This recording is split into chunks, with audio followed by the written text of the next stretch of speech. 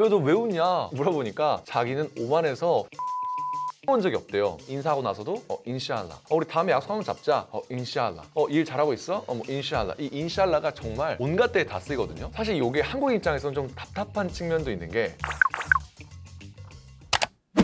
여러분 아라비아 반도 동쪽 끝에 잘 알려지지 않은 축복받은 나라가 있다는 거 알고 계셨나요? 바로 중동의 스위스라고 불리는 오만입니다. 오만은 사실 우리가 모두 잘 알고 있는 이야기의 배경지이기도 합니다. 롯데월드에 가면은 배를 타고 체험할 수 있는 신바트의 모험의 배경지인데요. 제가 최근에 오만에 출장을 다녀오게 돼서 그 이야기를 한번 해볼까 하는데 오늘은 미지의 땅, 신비의 나라 오만을 알아가 보도록 하겠습니다. 그럼 지금부터 오지랖의 모험을 떠나보시죠. 오만은 세계에서 손꼽히는 산유국입니다. 이 땅에서 검은 황금이라고 불리는 석유가 솟구치는 나라인데요. 걸프 6국에 포함되기도 하는데 걸프 6국이란 사우디, 아랍에미리트, 쿠웨이트, 카타르, 바레인, 오만입니다. 그러니까 이렇게 6개 나라가 대표적인 세계에서 손꼽히는 산유국이고 경제 공동체로 묶여있죠.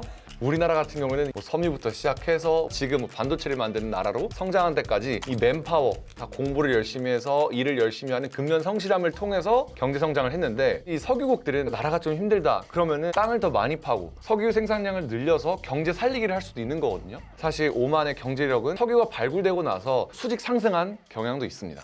오만은 산유국이라서 그런지 사회 문화 자체가 좀 여유롭거든요. 뭐든지 좀 천천히 괜찮아 그렇게 급하게 하지 않아도 돼 이런 여유로움이 있었는데 그래서인지 제가 오만 가서 놀란 게 남성분들이 온통 흰색 옷을 입고 있더라고요. 저희가 중동 남성을 떠올리면 생각되는 그 흰색 가운, 발목까지 오는 그 가운을 입고 있었는데 그게 아랍어로는 디스타샤라고 합니다. 저는 그걸 보고서 궁금증이 생기더라고요. 흰색에다가 움직임이 불편한 가운인데 너넨 이걸 어떻게 입고 다니냐? 얼마나 자주 입고 다니냐라고 거기서 알게 된 친구 나지한테 물어봤는데 나지의 대답은 예상 밖이었습니다. 우리는 이게 정장이자 평상복이야. 물론 이게 거동이 불편하고 앉을 때도 조심해야 되지만 괜찮아. 우리는 그렇게 격렬하게 몸을 움직일 필요가 없거든 이라고 하더라고요. 야외 활동도 많이 하지 않고요. 또 하나의 놀라운 사실은 이 똑같은 색의 똑같은 디자인이 집에 30벌씩, 40벌씩 있다고 하더라고요. 그게 전통 의상이자 평상복이라고 하니까 좀 여유롭구나. 중동 산유국의 여유가 느껴지는 한 모습이었습니다.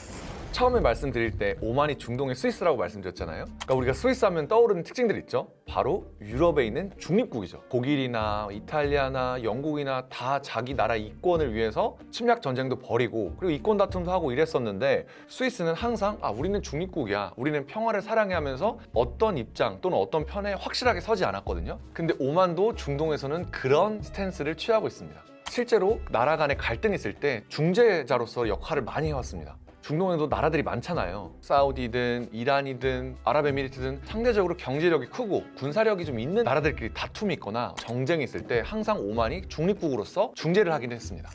근데 여러분들이 많이 아시다시피 지금 이스라엘이랑 팔레스타인이 전쟁 상황 있잖아요. 그래서 서로 죽고 죽이는 어떤 참혹한 광경이 많이 벌어지고 있는데 오만이 비록 중재자로서 역할을 많이 해왔지만 이스라엘과 팔레스타인의 구도에서는 그런 역할을 하지 않고 있습니다. 사실 어떻게 보면 좀 더 팔레스타인의 편에 서 있는데 왜 그런지를 알기 위해서는 우리가 종교적인 배경을 살펴봐야 됩니다. 오만을 비롯한 이 중동 국가들은 이슬람을 많이 믿는데 이 아랍권 국가들끼리는 우리가 brotherhood, 팔레스타인도 우리 형제고 이란도 우리 형제고 이집트에 있는 이슬람을 믿는 사람들도 우리 형제다 라는 생각이 있는데 이스라엘은 아랍어도 쓰지 않고 자기들의 전통 종교인 유대교가 있고 그리고 크리스찬 비율도 높거든요. 오만 입장에서는 이스라엘은 우리의 형제가 아니다, 우리의 브러더후드가 아니다 이런 개념이 있다 보니까 지금 이스라엘의 팔레스타인 구도에서는 이스라엘은 오히려 적으로 보고 침략자로 보는 경향이 있습니다. 사실 제가 이스라엘에 갔다 온 적도 있는데 이스라엘도 중동에 속해 있지만 문화나 사람들의 사고방식이 되게 많이 다르거든요. 그래서인지 이슬람을 믿고 자기들만의 고유의 문화가 있는 이슬람권 국가들은 이스라엘을 좀 배척하는 경향이 있습니다.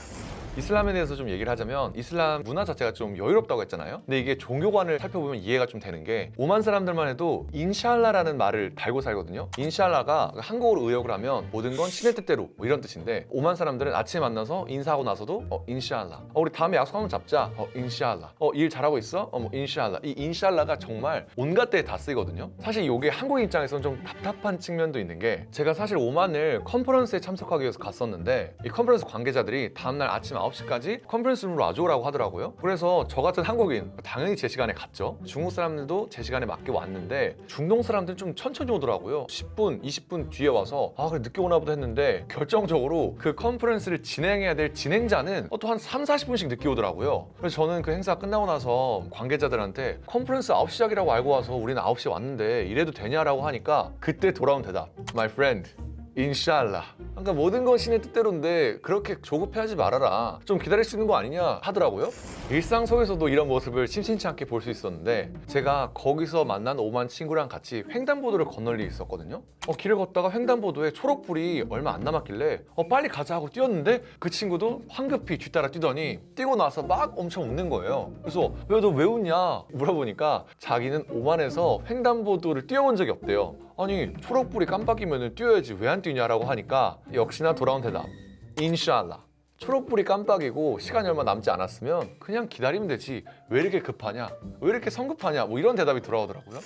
이걸 좀 웃긴 썰로 제가 말씀을 드렸는데 저는 사실 지금도 좀 되새겨보면 여기서 우리가 배울 부분도 있다고 생각합니다. 한국 사람들은 아무래도 뭐든지 빨리빨리 성과를 내야 되고 앞만 보고 달려야 되고 약간 이런 게 있잖아요. 성과 지향적인 문화가 이어지다 보니까 우리나라는 사실 출산율도 낮고 우울증은 많고 자살률도 높고 약간 이런 특징들이 있잖아요. 그래서 우리가 이런 이슬람의 문화, 느릿느릿 여유롭게 신의 뜻대로 좀 이런 문화를 좀 배울 필요도 있다는 생각이 들었습니다.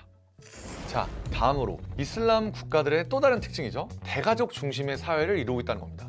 오만도 실제로 주변에 많은 사람들이 대가족을 살고 있더라고요. 아까 언급드린 제 친구 나지 같은 경우는 형제가 9명이고 그리고 또 다른 친구 사이드는 자기 형제가 13명이고 그리고 자식은 6명이고 이런 대가족 중심의 사회였는데 여기서 또 하나의 재미난 포인트, 이 대가족을 이룬 이유도 있었는데요.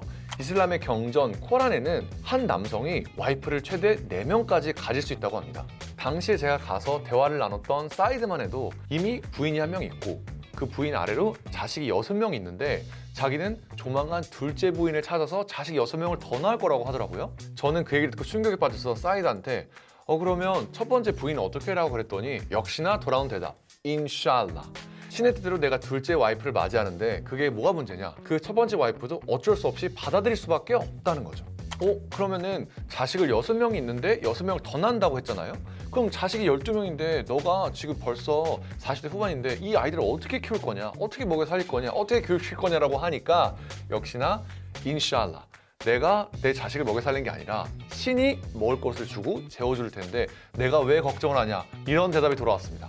사실 이 부분도 좀 놀랍기도 하지만 좀 이해는 되는 게 오만만 해도 교육비랑 의료비가 전액 무료거든요. 그러니까 자식을 키울 때 우리나라처럼 아프면 어떡하지? 애들 학원은 어디 보내지? 이런 걱정을 할 필요가 없다는 겁니다.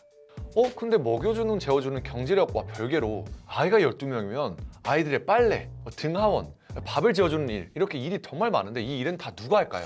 이 어마어마한 집안일을 어떻게 해결하나 했더니 외국인 노동자들을 가정부, 운전기사로 고용을 해서 해결하고 있더라고요. 이런 외국인 노동자들이 많은 사회상을 보여주는 장면이 하나 있었습니다.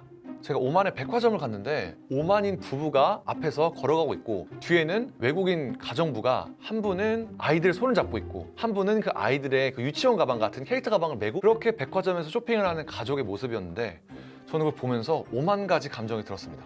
사실 한국만 해도 백화점에서 흔히 볼 수 있는 장면은 아니잖아요. 저 사람들은 내가 태어났는데 우리나라가 땅에서 기름이 나, 그래서 경제력이 좋아, 여유로워, 그래서 이렇게 가정부를 고용해서 살아가는 모습, 일말의 부러움도 있었지만 한편으로는 저렇게 살면 선민의식이 생길 수밖에 없겠다. 우리 아랍인들은 기름이 나는 땅에서 태어나서 이렇게 좀 여유롭게 사는데 그렇지 못한 나라들은 우리나라에 와서 조금 힘든 일을 한다. 오만 사람들 입장에서는 그게 자연스러운 일, 당연한 일일 수도 있겠지만 저는 그걸 보면서 조금은 씁쓸하다는 생각이 들었습니다. 자, 지금까지 제가 개인적으로 느낀 오만의 특징들에 대해서 설명을 드렸는데 아직 설명 못 드린 부분이 너무너무 많아요. 저는 오만 갔을 때 물론 일 때문에 갔지만 개인적인 여행으로라도 한번 꼭 오고 싶은 나라라고 생각을 했거든요. 장렬한 햇빛, 이국적인 음식, 그리고 풍경, 그리고 이슬람의 문화, 다 저한테는 너무 이색적인 것들이었는데 나중에 꼭 한번 장기 여행으로 가서 찬찬히 그 매력들을 하나하나씩 맛보고 싶습니다. 그리고 오만이 디저트가 되게 맛있거든요. 그러니까 여러분들도 꼭 기회가 되시면 한번 가서 오만의 매력에 빠져보시길 바라겠습니다.